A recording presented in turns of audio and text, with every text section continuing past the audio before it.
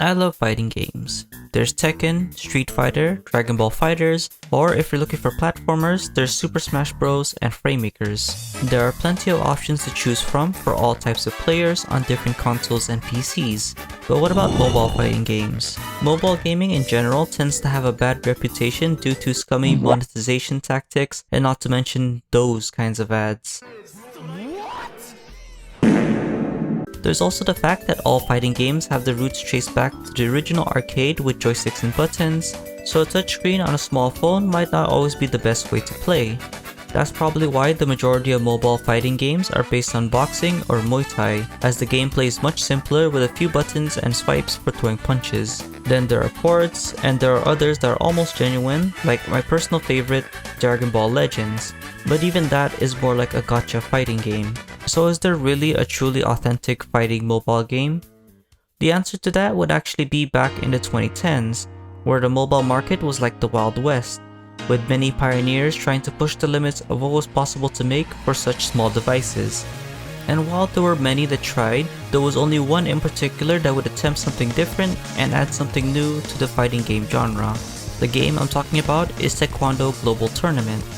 As the name suggests, it's based off of the Korean martial art of the same name, which is a self-defense form that primarily focuses on leg-based attacks. Being the world's first and only Taekwondo-based fighter, TGT follows the same rules and mechanics of real-life Taekwondo, while also having a traditional brush art style, online multiplayer, and being free to play. So it should have been a massive success, right? Well, that couldn't be farther from the truth. In actuality, the game ended up being a bit of a disaster. From laggy controls, lackluster content, and literally not being able to play just for having the wrong name, there were so many problems that it ended up being forgotten, which lasted for 4 years until it was replaced with a slightly updated version with a different name in order to try and branch into the PC market, but even that was a failure. So, what happened? How did such a promising game end up being so underwhelming? And if it's so forgettable, why am I still making a video about it in the first place? Well, let's start from the beginning. Taekwondo Global Tournament was created by Hello There Games, a Swedish-based developer that focuses on sports and music games, with one of their most successful being Invector, which is a rhythm-based game that featured popular Swedish artist Avicii. In 2014, Hello There announced the teaser for the newest project, which was touted to be the world's first Taekwondo mobile game. At first glance, the game's unique art style and gameplay was a breath of fresh air from all the boxing games and ports. Even the game's official trailer became their most viewed video at around 1 million views. So it goes to show how both mobile game and Taekwondo enthusiasts were excited for it.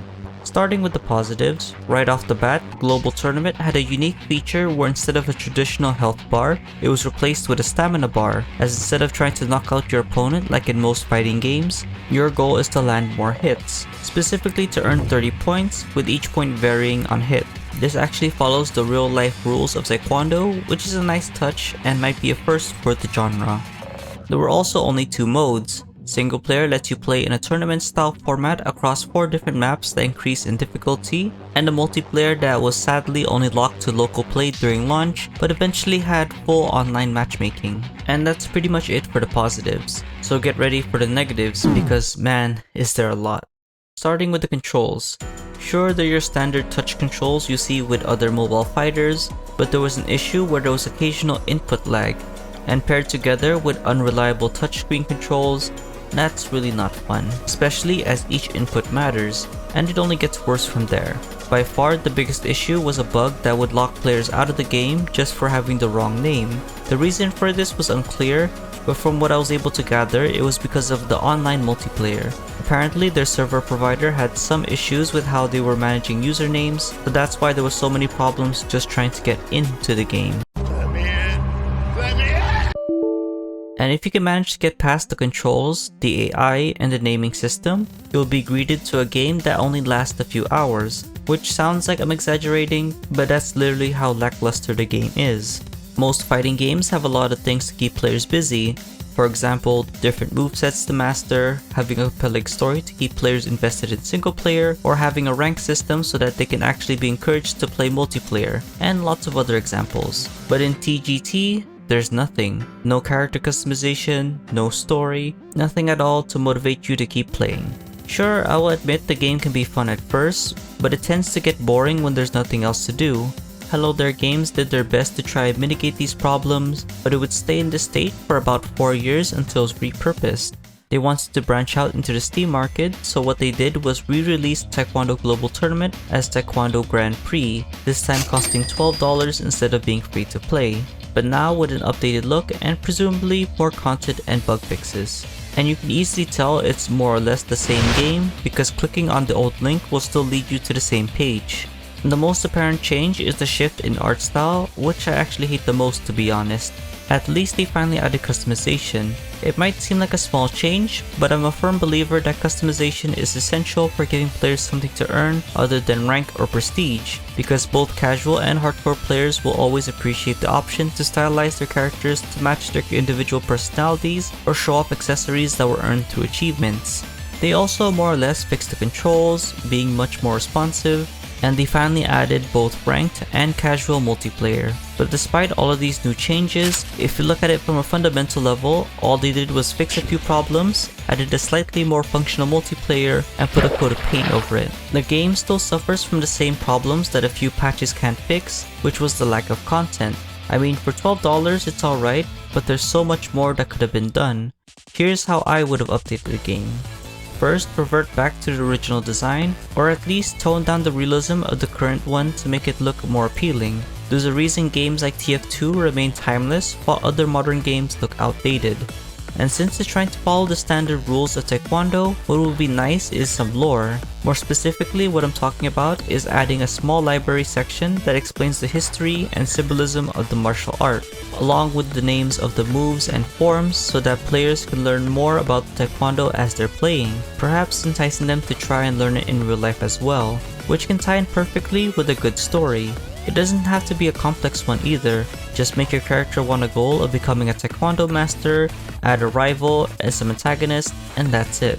Plus you can add rewards like lore stuff as I mentioned earlier, and cosmetics, from clothing to character profiles and etc. Having more unlockables gives players more options to customize and represent themselves. Basically, all I'm saying is to add more substance. The core mechanics are there, but there just needs to be more.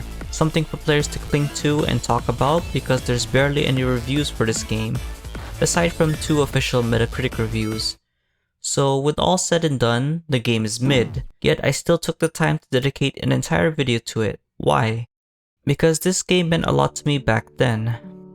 Taekwondo is one of the few martial arts to learn where I live, and I was introduced to it through my childhood friend when I was just a kid. He was a red belt, meaning he was just 2 belts below black belt, so he only taught me 2 kicks. Eventually he moved away, but I still practiced those kicks to remember him by. While I mastered them, I never actually took the effort to learn the martial arts as a whole.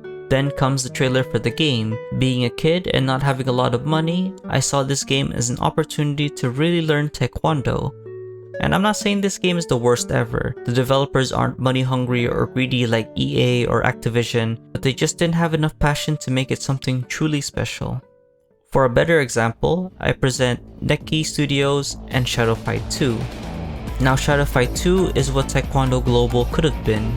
It was even released on the same year and also tries to mimic real life by having actual contact hits, but the difference is literally night and day.